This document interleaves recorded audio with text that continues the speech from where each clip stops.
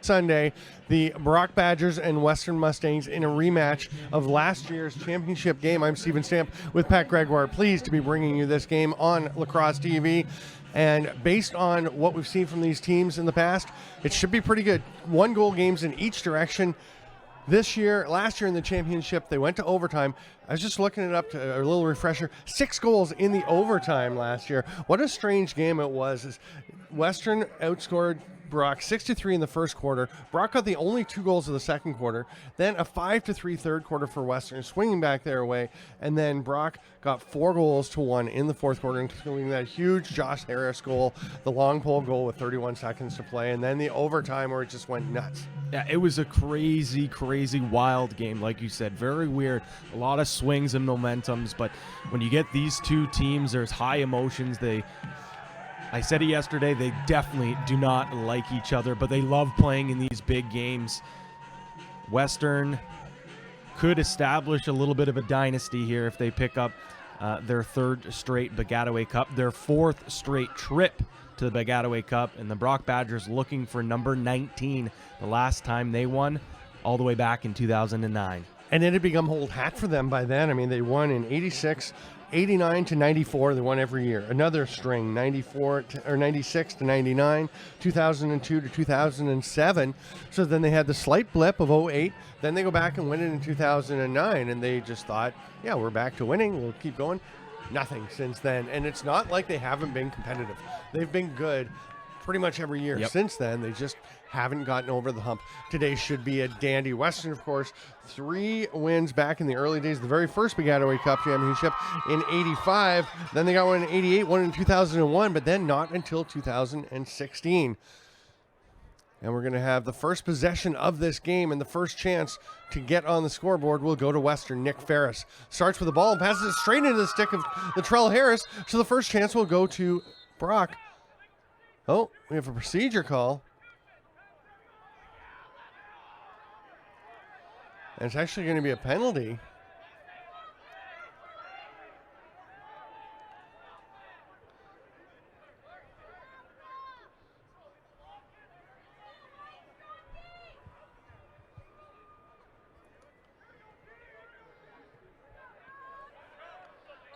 Looks like...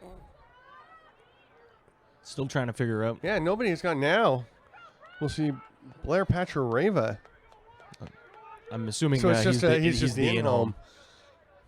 I didn't see what the foul was, but the first shot of the game is by Nick Ferris, who had the first ball possession.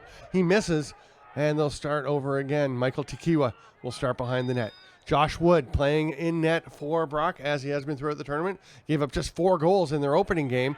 There's a big block by Alec Tamas on the shot from Tristan Simeone. It's picked up by Latrell Harris, who's been a force in this game, but he's stripped. And Tekiwa has it. Numbers for Western. Actually, Brock probably had a bit of an edge as the Western players have been retreating. So they're going to hand it off to Rowan Kelly and get something set up. Western does love to push the pace. Brock will run as well. Both very solid, though, when you get into the set offense as well.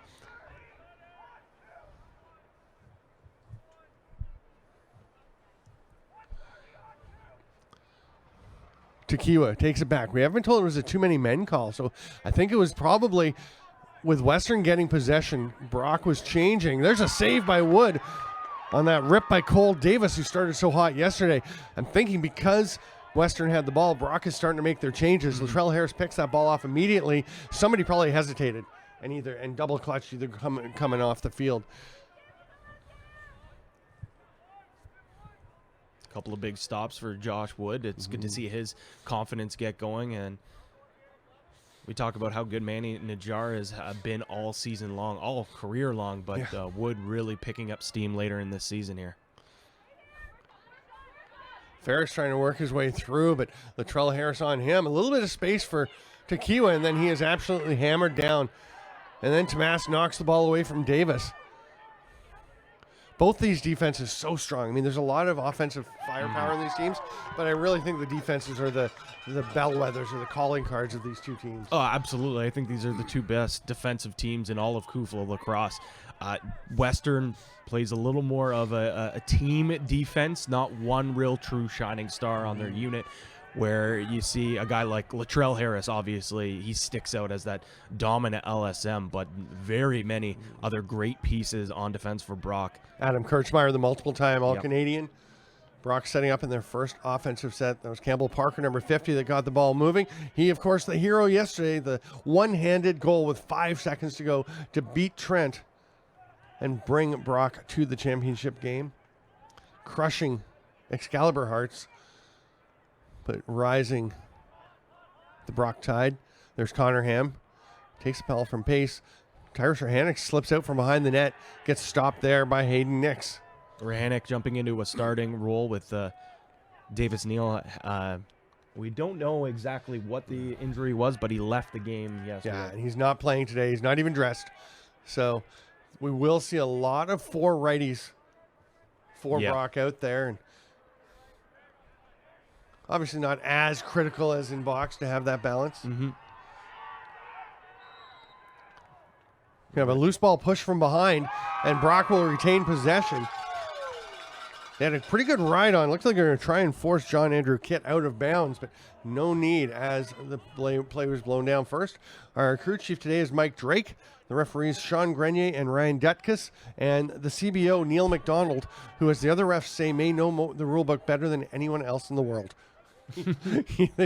He has memorized the rule book. He knows the nuances, the ins and outs. Perfect man to have over along the sideline. Alex Pace trying to find some space, but Austin Haber, who as usual has been just unbelievable as a short stick D midi, number 23 for Western. This is Nick Ferris back playing some defense as he covers Grayson Houghton. Parker tries to get it back to Houghton. Couldn't catch with one hand as Ferris was all over him, and Najjar pounces on it. Possession foul called, though, and Brock will get it right back. Campbell Parker was looking at the ref, wondering where the ball was, but it rolled behind him, and he will start play. We're 5 minutes in, no scoring yet.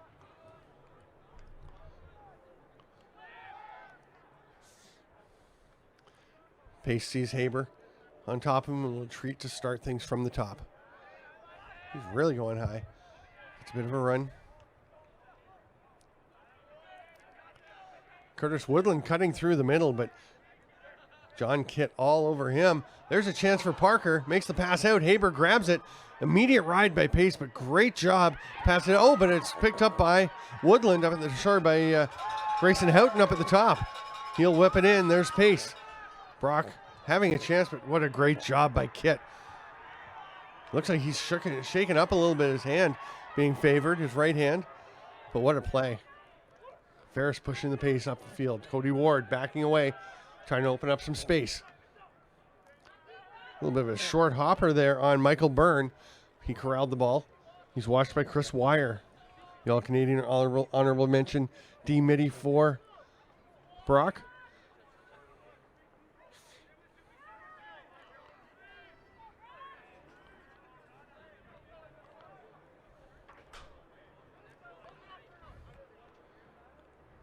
Julian Simeone, number 16 for Western.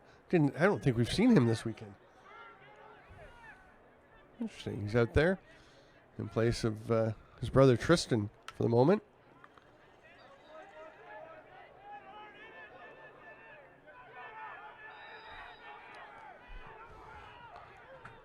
Nice hustle by Campbell Parker to get their defensive midfielder back into position. And then a little scramble in front, but Wood is able to corral the ball. So Tristan Simeone, wearing number 27, is third year in BMOS. That's Business Management and Operational Systems. And Julian Simeone in second year in the same program. 8. We've talked about 8 Western Mustangs in that program. They hail from Sudbury, Ontario. Tamas spies Kirchmeier. Oh, it looked like there may have been a bit of a tip. I thought Michael Byrne might have got a stick on it, but it did get ahead to Wire, who gets down to Parker, and Brock will set up.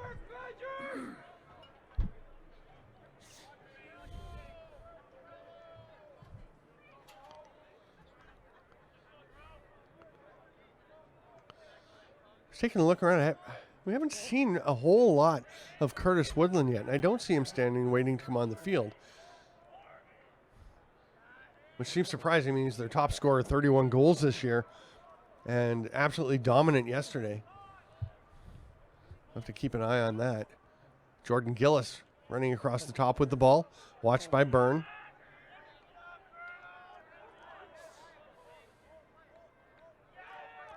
That pass doesn't connect with Parker, and Western will take possession. Costly turnover there. Looked a little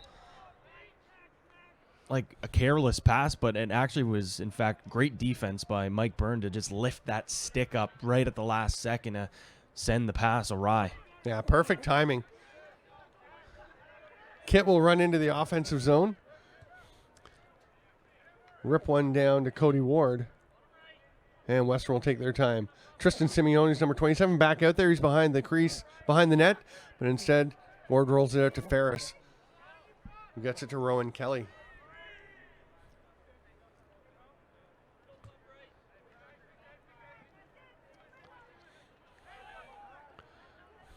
Kelly trying to fight his way through. Latrell Harris knocks it down and then taps it back to himself. Boy, I mean, the speed and the athleticism of Latrell Harris is obvious when you watch him play, but little things like that, I mean, the sense, the lacrosse IQ and the stick skills are what really, I think, step him above a lot of other players. Oh, absolutely. He just seems like every time he steps on the field, he gets better as a player, and a lot of it is those little tiny plays that not a lot of players would think to do. Tequila pressuring him. Tamas will flip it past Ward and get it ahead to Kirchmeier. Mackenzie Mitchell may have forced that one behind the back. He's going to get a bit of a break as Rahanic slips in to grab the ground ball.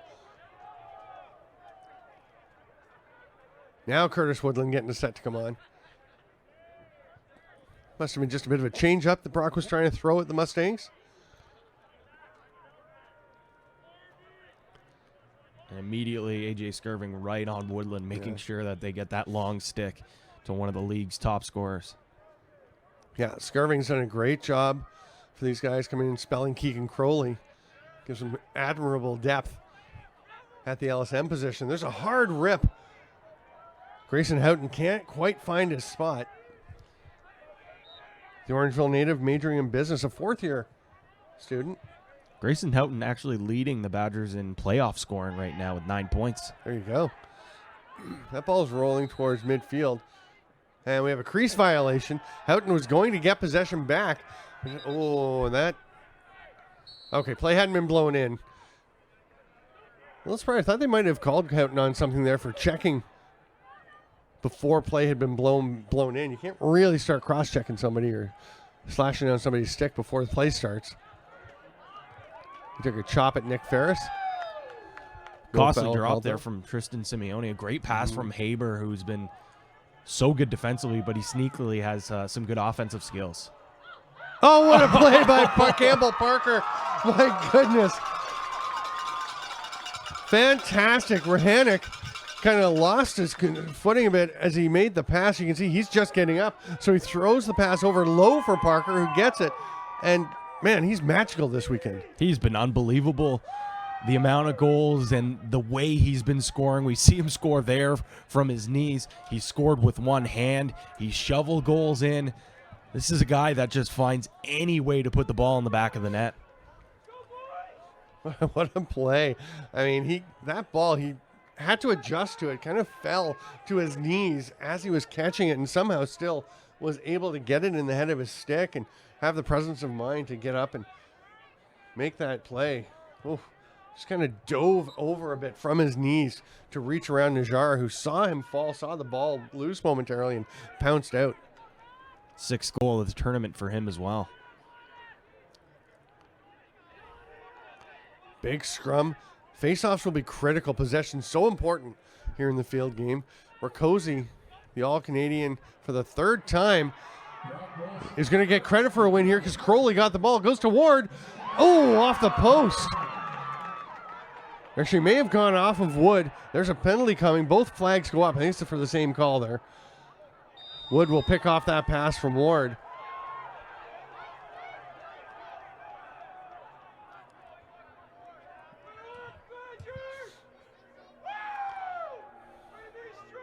So Tamas will go to the box. He spent probably more time than he would like in there this weekend. Yeah, and that he's just one of those players that plays with such a fire and aggression, and sometimes it does cost him. Yesterday, it didn't end up costing his team, but in a championship game, you want to try to play as disciplined as possible. I know they like to establish their physical play, but they're going to need to tighten up. You want to be physical. You do want to be right up to the edge, right? It's so hard. Nice save by Wood on the shot by Tequila. Looked like McGregor Allen might have that loose ball, but it's still rolling around now. Allen goes after it. It's Kirchmeier. He can't get it. Ferris is there. Ferris comes up with it, springs out. Huge ground ball. Because Western is, well, they've actually, Brock has killed the penalty. That battle took up the rest of the time on Tamas's call. It was just, 30 seconds for the hold there. So he got away. I thought it might have been maybe a personal foul. Tamas stayed on the bench as they put out Adam McKinnon, they put out McGregor Allen, number 18, to have another long pull. There's a bouncer stop by Wood. Ball still loose on the ground. And somebody stepped in the crease. Not surprising with everyone looking for the ball, pushing and shoving and battling. Low pass by Harris. Scooped up nicely by Mackenzie Mitchell, and then he'll just roll it casually over to Kirchmeier, who's going to make Cody Ward go for a run before he deigns to pass the ball off to Wood. Tequila is going to try and pressure Wood. Wood circles his crease.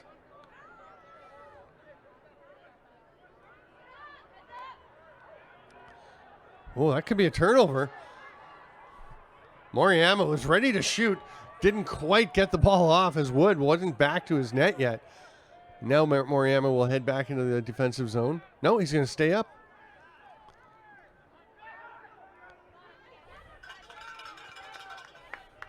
Western retains control, and Brock has been uncharacteristically sloppy with the ball. Yeah, they certainly have, but that's an testament to the fact how good Western is at riding. They can drop into a zone, they can play man-to-man and really get aggressive. It's a really tough, hard ride to break.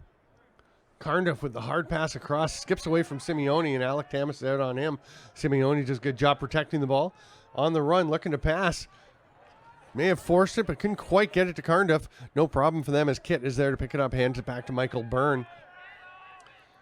1 goal through 15 minutes of play here in the 2018 Baggataway Cup Championship game on Lacrosse TV. I'm Stephen Stamp with Pat Gregoire. Thanks for being with us.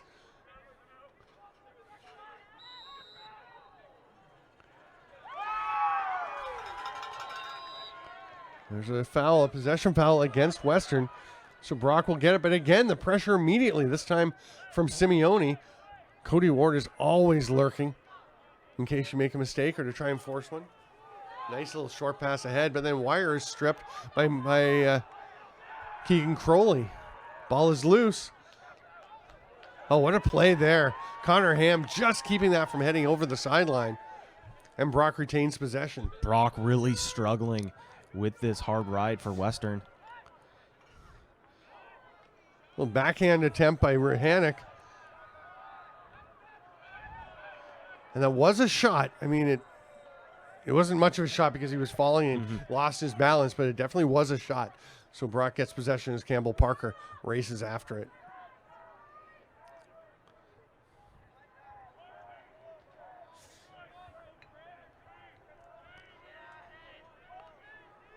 Connor Brown. Watched by Haber. Has some help, and the man he left was Campbell Parker. That left Parker wide open. A huge save by Najjar. Big stop by Najjar there. Great feed, though, from Connor Brown as that double comes. Getting it right to the perfect spot. Just Najjar getting the better of the shot there. Great recognition, like you said, of when the slide was coming.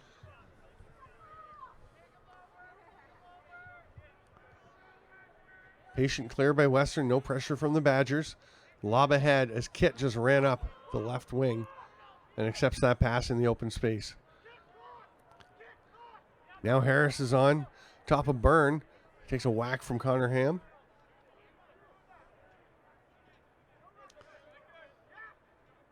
Moriyama is going to try to find something. Gets to Haber. And Kit had just hung out up in the offensive zone. Now they get into a bit of a set offense with a little space, and Kit will go back. Let Haber run up into the offensive end.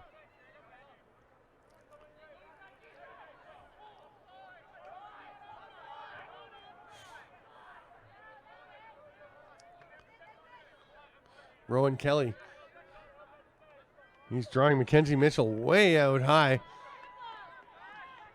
Cole Davis slips in as a trail man, takes that pass and goes over to Nick Ferris.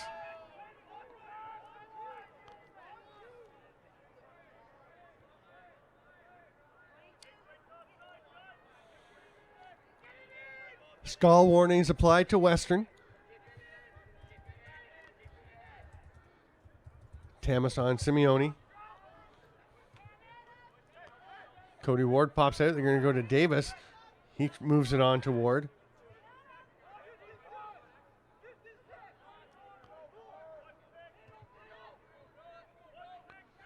Little spin move by Kelly. Great job by Mackenzie Mitchell. A couple of big bodies banging there. Ball pops out to Ferris. Western will retain possession. Stall still on. We're into the final minute of the first quarter.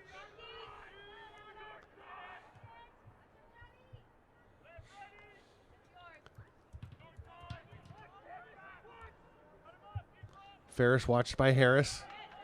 Harris knocks it loose and then shoves Ferris out of the way, then kicks it ahead. Great job to get it to Mackenzie Mitchell. Mitchell was looking up ahead and got caught, but there were 3 Mustangs on him. All kinds of pressure. That does leave somebody open. And that somebody will be Justin Brack sprinting up into the offensive zone. There's a chance for Brock to push something. Hard rip by him, 2-0 Brock. They've barely had the ball in the offensive zone for the last 5 or 6 minutes, but they have 2 goals to pull ahead. Relatively quiet weekend for Connor Ham. We did see him get involved with a great loose ball to keep the play alive earlier in the game, but that's his first real good offensive look, and he makes the Western Mustangs pay and gives his team a 2-0 lead. We talked about before the game that the second period of last year's final was 2-0 for Brock. After the first period had been 6-3 Western, so things can change dramatically. Oh, absolutely can. I actually didn't get a chance to mention it yesterday. I thought it was really cool. On Friday night, Justin Brock played here at U of T Varsity Stadium, played against Nipissing, and just so happens he also plays on the men's hockey team for Brock.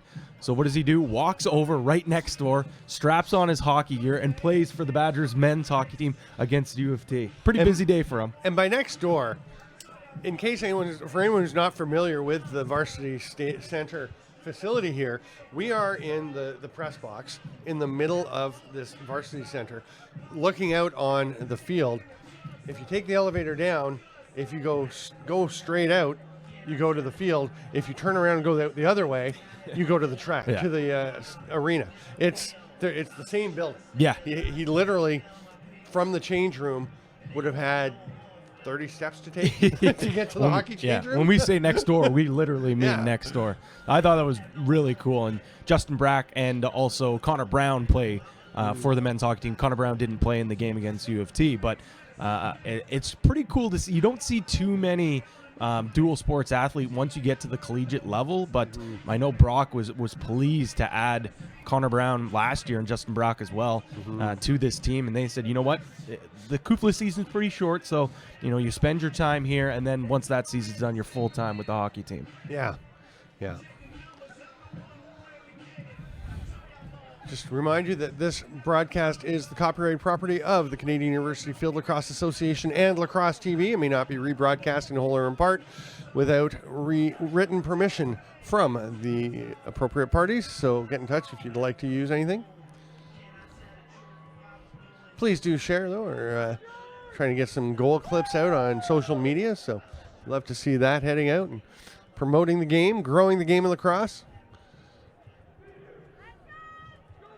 So exciting to be back at the Baggataway Cup. I mean, every fall, you and I have been getting together and calling these games, and so much fun. And it's interesting. I mean, you see Brock and Western and McGill every year. Trent has become a pretty regular powerhouse. Guelph is generally around. They didn't make it this year because they were knocked out. Because they lost to Brock in the playoffs. Toronto, as the host, was assured a spot. There's a big win by Mitch Gustafson, and we're seeing Nipissing this year. Timeout by Brock. 11 seconds into the second quarter. Intriguing. Not too sure if they thought maybe Mitch Gustafson was a little bit in trouble with that face-off stick getting D'd up against Keegan Crowley, one of the best LSMs in the country. So Tim Louie may have seen the shape that Gustafson's stick was in as he popped that over, because those sticks can take a beating, and it seemed more banana-y than usual after that draw. I think the pressure they put on those sticks, it's unbelievable. I was looking at one player's stick this summer in Saskatoon. I was out for the World Junior Box Championships, and Team Canada was practicing, and I was looking at the stick that was laying on the bench. I said, "What is this?" Like, "Oh, that's so and so's face-off stick." And I'm like, "He doesn't actually use this, right? Like, this is just hanging around for some reason." And like, no, he actually faces off with that, and it wasn't just warped up; it was bent sideways, and I don't know how you ever got the ball out of there. Yeah, those face-off sticks do take a beating. That's no doubt about that. And I mean, if you're a fan of face-offs, you're in for a treat here today. You have two of the best face-off teams, just because with Brock, they have multiple guys that are fantastic drawmen, but the cream of the crop, obviously, with Jackson Rakosi, has been one of the top face-off men in this league for the last few years. Yeah, and an all-Canadian with two different teams, of course, playing for Queens and now at Western. So Brock will start with the ball in the stick of Grayson Houghton up at the top. Watched there by Byrne.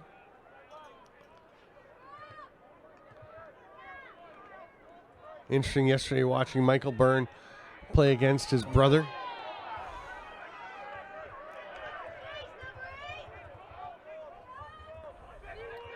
Alex Pace, under all kinds of pressure from Crowley, gets the pass off to Houghton. And now Western's three middies will retreat. But as Brock closes in, they get the pressure on immediately once again. There's Parker. Better stay close to him because he can shoot from any angle, from anywhere, and he is taken down. There'll be a penalty to Hayden Nix. It's a holding call. So Brock's going to have a 30-second opportunity to try and add to their lead.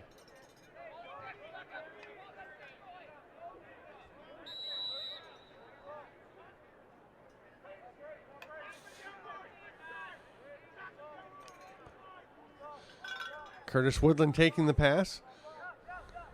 He is deadly when he gets a bit of time and space. Ham rips it. He needed virtually no time and space. He was right on top of the crease, and Najar, no chance. It's 3-0 Brock.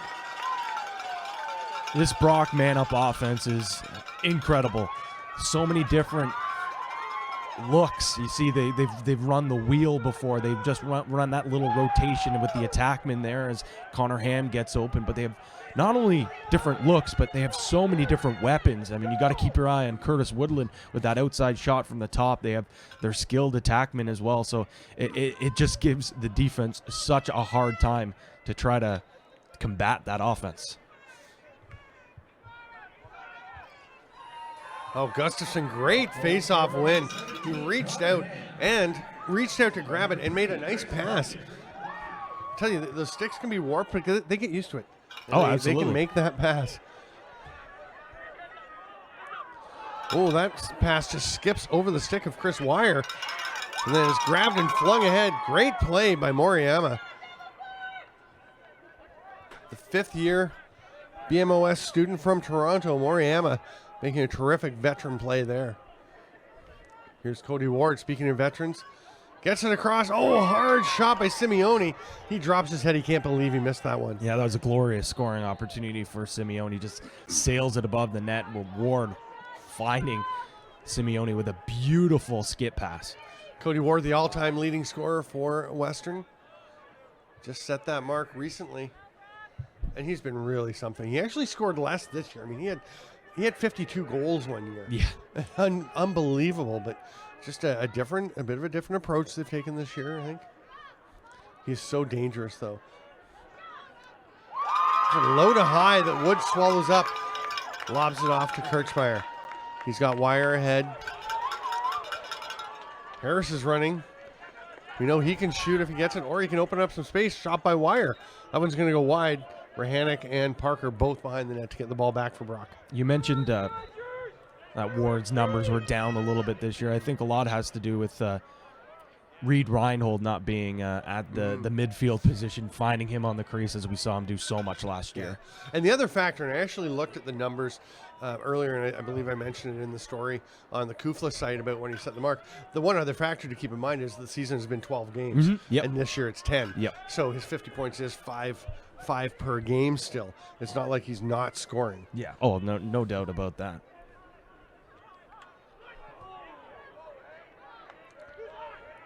Just to see that 52 goal season, it blows you away. He was unbelievable that year. Yeah, and also I think Western played a little more of a run and gun, high-powered offense. Where this year it seems like they still, don't get me wrong, they still chuck the ball around, take their looks, but they seem like they're a little bit more methodical this year, just because the fact they don't quite have the offensive midfielders that they did that season. It's a good point. I mean, and you look back, even look at last year's championship game, and a bunch of some of their top scorers from the championship. Not here. Jackson Hulbert, Thomas Masterson, and you mentioned Reed Reinhold were all huge contributors. None of them with the team this year. Reed Reinhold was actually helping to coach China at the World Championships in Israel, which was pretty cool. You go halfway around the world and walk across the field and have a chat with Reed Reinhold and Netanya.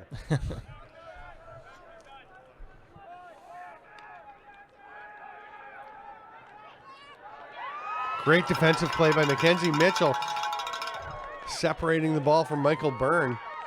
And then he's just going to take his time until the pressure comes and see who that opens up. Be Drew Papadanic.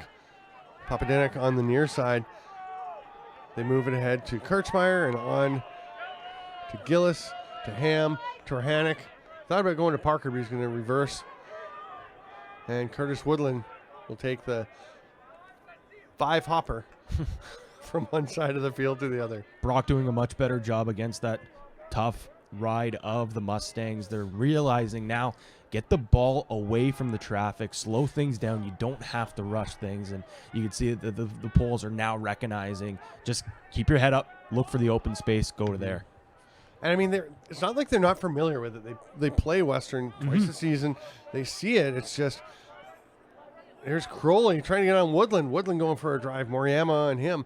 But one of the coaches was saying to me yesterday, it seems like everyone just ramps up the intensity. Everything's happening a little faster here at the Baggataway Cup than even among the top games between the top teams in the regular season. And you have to make that adjustment. And it's there's something about a championship. It's a different beast. There's no doubt about that.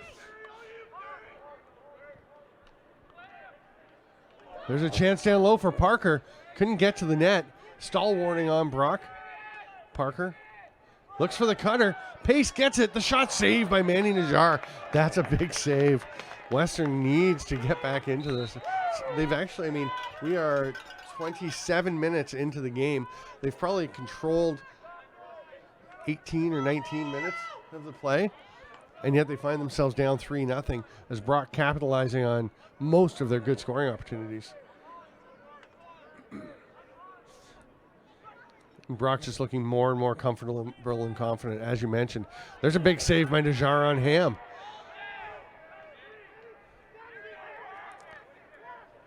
Najjar just so calm, cool, and collected, whether he's making a casual popcorn save like that or slowing things down, moving the ball up the field.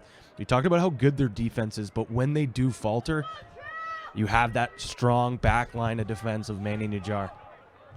Simeone takes it from Tequila. Thought about going back. A little pressure from Popadinik. Just edging out towards Tequila, and they change angles. That pass doesn't connect with Byrne cutting in, and Harris, a little shovel ahead. Kirchmeier will get into the offensive zone to Parker. Here comes the trailer wire. Nice job by Byrne to take away his shooting lane. Woodland feeds it down to Ham. Brock into the set-o. Nick Ferris, nice job to call Keegan Crowley down so he can cover Parker, and Ferris can slide up to take somebody with one of the midfielders. You do not want to have Campbell Parker picked up by a short. No. Guys with a long stick in their hand have a hard enough time covering him. Yeah. Cree Blakely handling the ball. Lobs it over to Woodland. Woodland will initiate from the top on Moriyama. Switches hands and passes it straight to Michael Byrne. I think he thought Cree Blakely was going to be there. Oh, what a forecheck by Ham, but great support by John Kitt. We've talked about, and I've talked with some of the coaches about how you don't know how to pick one Western guy to nominate as an All-Canadian or a star. Like, they take turns being the guy. Today, John Andrew Kitt, I think, has been the man for Western. There's no doubt about that. And that's you can't really knock them. It's just the fact that they're all so solid. One, I said at the start of the top, one doesn't really rise above the rest, maybe game by game, but they just don't have that bona fide superstar out the back door. But all of them are just so strong. They play so well together. Oh, what a strip as Cole Davis was driving in. And Cree Blakely back in a defensive midi position. Just knocks his stick and bangs the ball out of it. It rolls out the back end, and here comes Brock the other way. Kirchmeier recognizes the forecheck coming from Cody Ward and somehow feeds it through to Latrell Harris amidst a phalanx of purple jerseys. Here's another chance for Brock. Rahanic will step out. Picked up well by Hayden Nix. He'll pick from Ham. Smart job by Rahanic there. He looked like he maybe was going to try to engage in the offense while he had numbers, recognized no need to force it, slows things down, allows his team to settle things and get an offensive change as well. Yeah, I mean, that's a good idea. Either that or give it to Campbell Parker. Yeah. He really has been magic this weekend. Grayson Houghton with Nick Ferris on him. Those two were teammates with the Orangeville Northmen. There's a rip, but it was sent awry because of the check by Ferris. They won a Founders Cup together in Saskatoon in 2017. Yep. Late in the year, it's hard to remember what was. You go to say last year, and I'm thinking almost 2018 almost seems like last year now. Yeah. This is the 2018 Baggataway Cup, and we are thrilled to be bringing it to you on Lacrosse TV. What a strip by A.J. Skirving. Speaking of Founders Cup champions, he strips his teammate from the Allura Mohawks, Curtis Woodland, and here come the Mustangs. Ferris to Ward, to the back of the net, and you could see that coming. When they get their space like that, Ward is almost unstoppable. Unstoppable indeed, and there's that run and gun style. They're so good when it's an odd man rush. That ball move was near flawless, but it all starts with A.J. Skirving, the backup LSM, stripping his teammate Curtis Woodland, moving the ball up the field, and like you said, you give a lot of time and space to Cody Ward, he's going to make you pay. We saw a gorgeous example of passing like that from Western yesterday that also ended up with a Cody Ward goal that was just a tap in. This one he actually had to beat Joshua Wood. That one he had nothing because the passing was so perfect. Unbelievable, and it was back and forth across the field. The folks here with the UFT television services. Oh, great pickup there by Wires. That ball popped away from Rowan Kelly. But they were, they don't see a ton of lacrosse. And they were saying, that's a gorgeous goal. That's unbelievable passing. Western gets it back with the ride. All kinds of pressure. Great job, Cody Ward, with the over-the-head check. Jars that ball free. And you can see the Western Mustangs bench starting to really pick up the energy. Talked to Jeremy Talevy about that last year. Talking about it this morning about how many things Cody Ward does. He said, even if he's not scoring, there are times, they put their top long pole on him. He'll pull out and just open space. There's a shot by Davis. He can score on the run. What a rip. And the celebration game is strong with this one. Of course it is. He knows two things, scoring goals and selling big after. CD Deuces, as they call him, with another huge goal. That's 8 in the Baggataway Cup playoffs. He had 4 yesterday. This guy is just an absolute scoring machine as he unloads that beautiful shot on the run. Does he have any assists in the Baggataway Cup? Nope. 14 goals and 1 assist in the regular season. He is just a pure shooter. But I say Jeremy Levy was saying, Cody Ward, he's also maybe their best ground ball guy. Yeah. I mean, he does so many things, and he was instrumental there, even though he wasn't directly involved, instrumental in Cole Davis getting that goal because of the attention he draws, among other things. Pressure, and it gets to Sebastien Beaudoin. That purple wave riding over him. And he wound up just stepping out of bounds, trying to flip the ball back over his head, but it just didn't work out.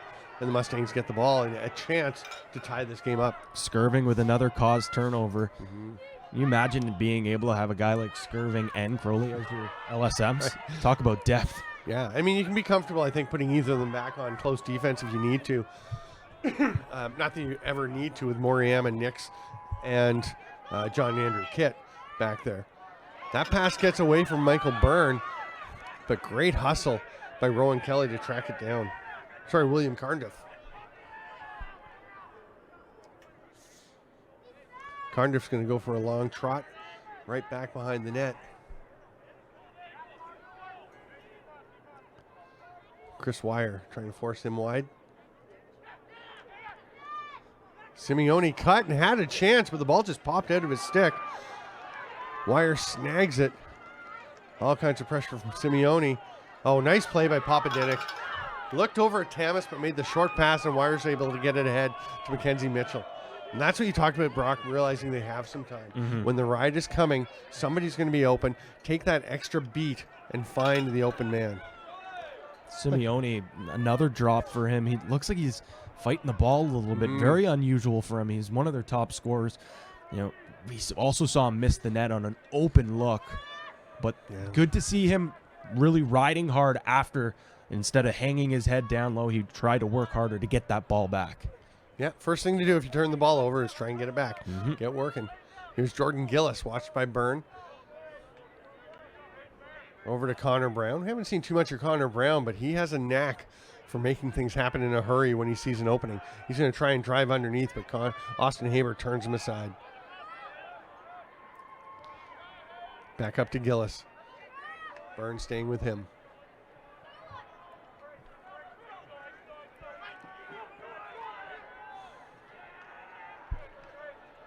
Coming to the final 4 minutes of the first half.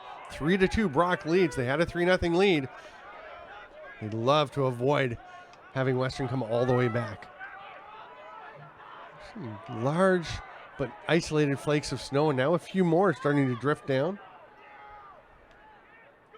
Wind isn't too bad today, though. We had a lot of wind earlier, and it's fairly gentle today, which is nice. Parker back up to Gillis. Byrne grabs him right away. Here's some help from Moriyama. Interesting, they've sent Moriyama up that high on Gillis. He's going to retreat back to the defensive group now.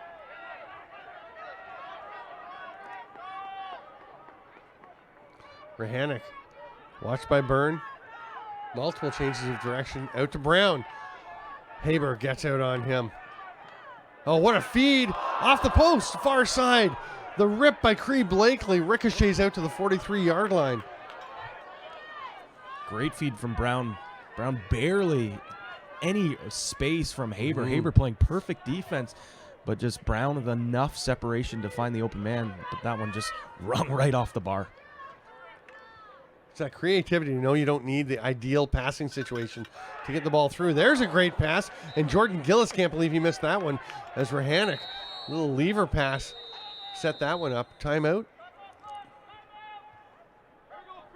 Yeah, Western will take a timeout as the ball had not yet been recovered there. Of course, you have to have possession of the ball or have a dead ball to call timeout.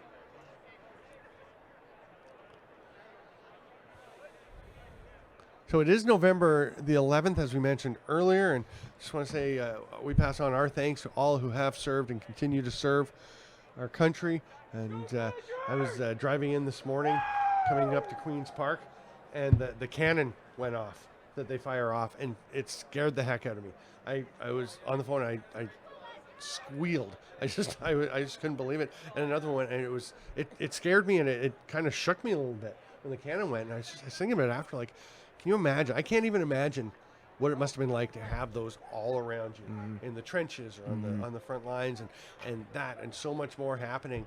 And thank God we don't have to imagine absolutely. that, because people have done it for us, and our wholehearted thanks go out to all of you who have done so and continue to do so. So we've got 2:37 to go in the half, a 3-2 game, very low scoring, and I think Western's probably thrilled because they got down 3-0, and they've crept back in. But it's fascinating. You just never know. I mean, there's so much talent on the offensive side that there can be a run at any time, but everything seems so hard earned to get even scoring chances or a good sniff at the net. Yeah, and that's just the defense that both these teams have. We talked about how much depth each side has, not at all different positions. I mean, you look at the field right now, short stick defenders like Austin Haber and Michael Byrne. I mean, normally you're excited as an offensive midfielder to get a shorty, but with those two guys, it's a tough task. Yeah, I'm trying to think how many long poles are better defenders than Austin Haber is with his short stick. I mean, he's unbelievable. He's also contributed more offensively, starting last year and carrying on this year. So Alex Pace will throw it up to Cree Blakely. Blakely lost his footing for a moment. The turf's been good. On Friday when it was raining really hard, there was some slipping. There's a turn and spin. Connor Ham doesn't slip at all, and he is contesting with Cole Davis for the celebration crown. We talked about hard-earned goals. That's exactly what that is there. It's a hard dodge from the midfield position, which just then draws the slide. And you get that pass right in the middle, and Connor Ham on an absolute tear in this final game. 4-2 Brock Badgers. Coming up to the final minute and a half of the first half. I'm Steven Stamp with Pat Gregoire. This is the 2018 Baggataway Cup on Lacrosse TV. Ball pops out. A penalty flag is up. It's going to be Rakosi. Rakosi's arguing, but briefly, very intelligently zips off so he can start serving his penalty right away. Anyone who's not familiar with the field game, the penalty doesn't start counting. They are short penalties, I mean, generally 30 seconds or a minute, but they don't start counting until you're in the box. So if you stay and argue, it's a built-in mechanism to get guys to not stand and argue with the ref. I wouldn't mind that in box. Just, the clock starts running, play starts, and your penalty doesn't start ticking off until you go. And if you stay, you just get another one. There's a bit more respect. Oh, another pass out front. Doesn't quite connect. It's a crease violation, though, for Brock. And that's going to be a penalty for Cree Blakely. And that to me is fairly obvious. He started checking. He put the ball down quite respectfully and then immediately started checking before play had been blown in. The officials are going to confer. Again, our crew chief is Mike Drake. The officials, Sean Grenier and Ryan Dutkus. And Neil McDonald is the CBO. That's Ryan Dutkus, I believe, making that call.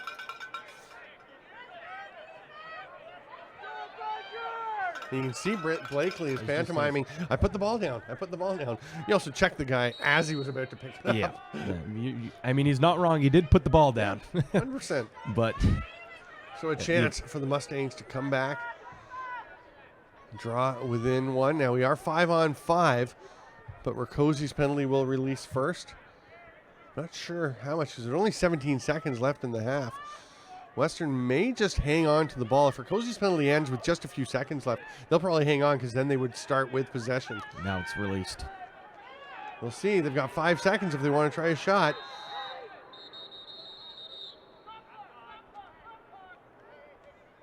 Play has been blown down just as Nick Ferris was winding up to take a shot.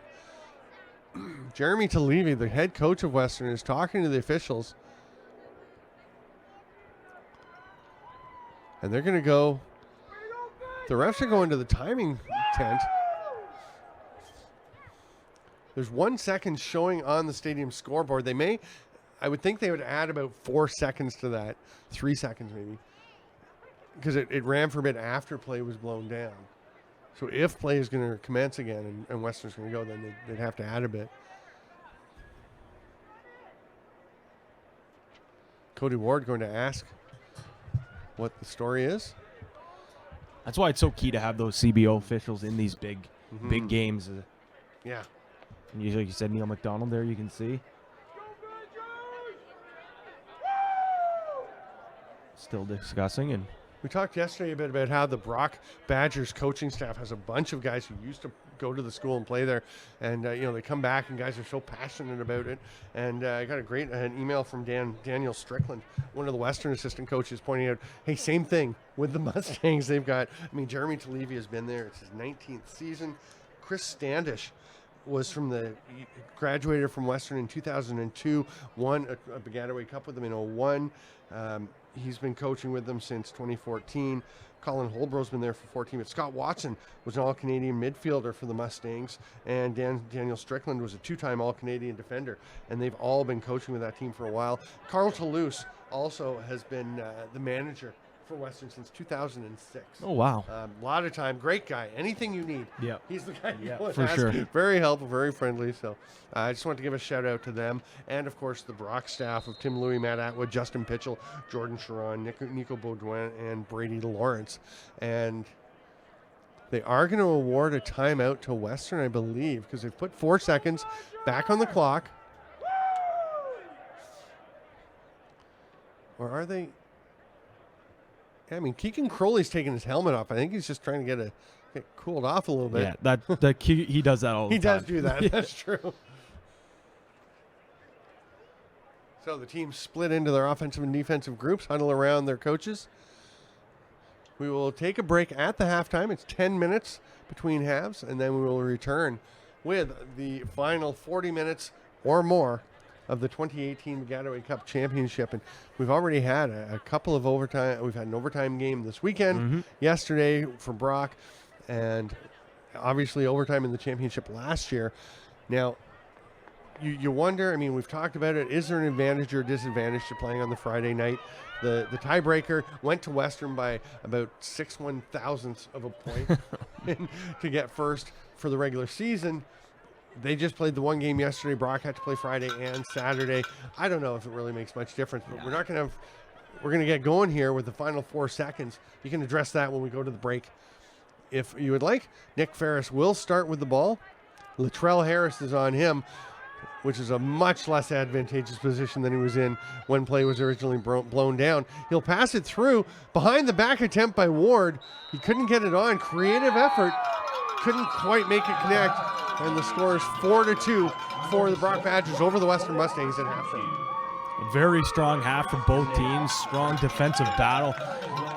Like you said, each team has had to earn those goals, and there's so much offensive talent, but I think today the true storyline is how good these goalies and defense are. We'll take a break for 9.5 minutes. We'll be back. I'm Steven Stamp with Pat Gregoire. This is the 2018 Baggataway Cup Kufla Championship game on Lacrosse TV.